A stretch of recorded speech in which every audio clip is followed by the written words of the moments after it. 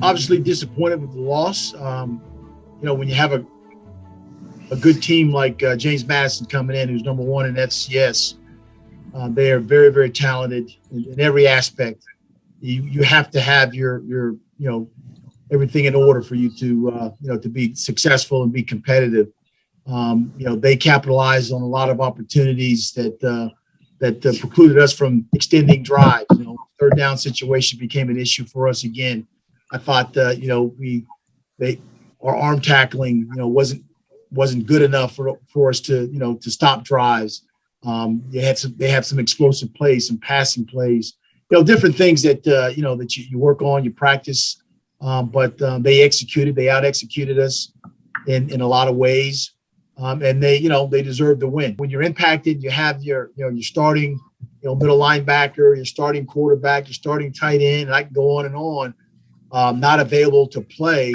That does impact, somewhat of your performance. And so what I found is that normally during the March, April, months is normally the spring practice dates that you normally have where you're practicing, you have a spring game and all those things, is we are doing that, plus having to get bigger, faster, stronger, plus competing against other teams, teams that are really, really good. So what allows you to do is to assess and evaluate those players that normally would not play a whole lot, but now because of the next man up mentality that have to play a lot.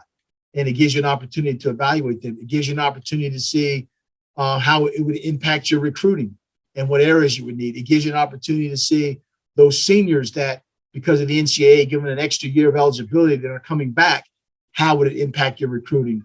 How would you embrace the transfer portal? How would you embrace, fixing or adding to your team in some of the areas that you see that, you're not sufficient at? So what's allowed us to do is again, like most teams as well, is to see where you need to get better and see how your personnel could be added to your team to allow you to also get better from that standpoint. We played about 22 freshmen on Saturday against James Madison, and to play playing your first couple college football games against a really, really good team, you got to be on point. And obviously we weren't, but I know this team is going to be pretty good as we start moving forward and developing these players. So now the next man up mentality, or the next game up mentality, now is getting ready for whoever's there to play, and whatever protocols, procedures that we've hurdled those obstacles and put ourselves in position to be ready to play. There is a silver lining. One, you want to play, you want to compete. Our guys always want to compete and play. But the other thing is guys that have been precluded from playing because of injury now have a chance to get back. And sometimes with young players, they lose the overall aspect of what's going on. And when you can get them in a practice setting that you go over and over and over again, to finally realize the importance of just being in your position, being in your gap, your alignment, how far are you away from the numbers, the top of the numbers, the bottom, whatever it may be, that the more we can get them reps and more focused on that, particularly because they're playing good teams like James Madison and like Richmond, that your level of minimizing those mistakes will get you better as a player.